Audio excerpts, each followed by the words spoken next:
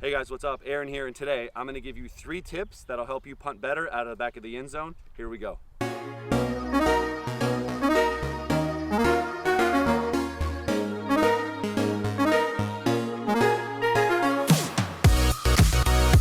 Tip number 1 is with your feet. What I like to teach guys is take a full step out of the back of the end zone. And the reason we want to teach that is this. Obviously the pressure is on your snapper as well to give you a good snap, and you're a lot closer to him than usual. The other team might be showing rush. Whatever the situation is, it's a kind of a high pressure, high tense situation.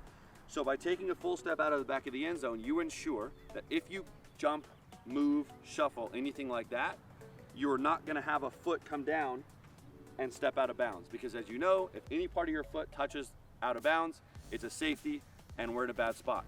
So number 1, first and foremost, when you line up, take a full step out of the back of the end zone. That way, if you move, shuffle, anything like that, your foot doesn't hit the back and you don't have to worry about a safety. Number 2, I like to think to use the sideline as another defender and as your friend.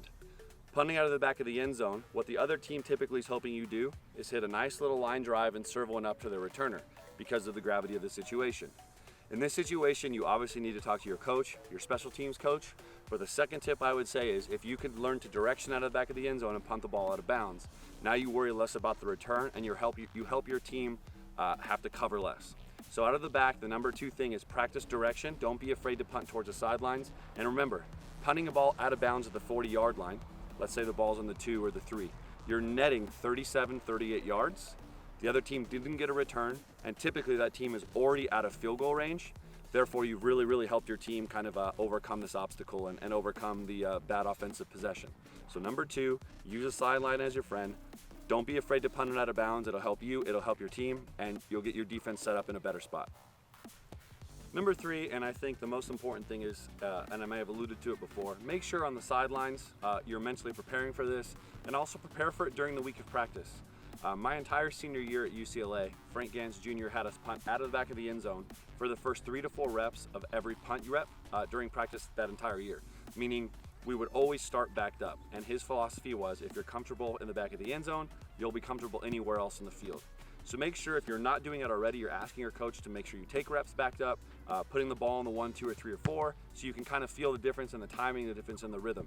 But like I said, to recap, number 1, full step out of the back of the end zone. Number 2, use the sideline as your friend. Don't be afraid to punt it out of bounds.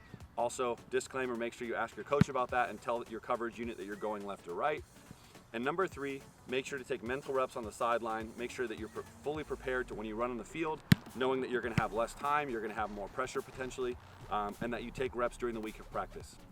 Hope you guys liked the video. Again, take those 3 reps, those 3 things we talked about, implement them into your training, and again, as Frank Gans Jr. said, if you're comfortable in the back of the end zone, you guys will be comfortable anywhere, and we'll see you in the next video. Thanks for watching this video, guys. To continue along with this journey and watch this channel grow, please consider liking this video and subscribing to the channel.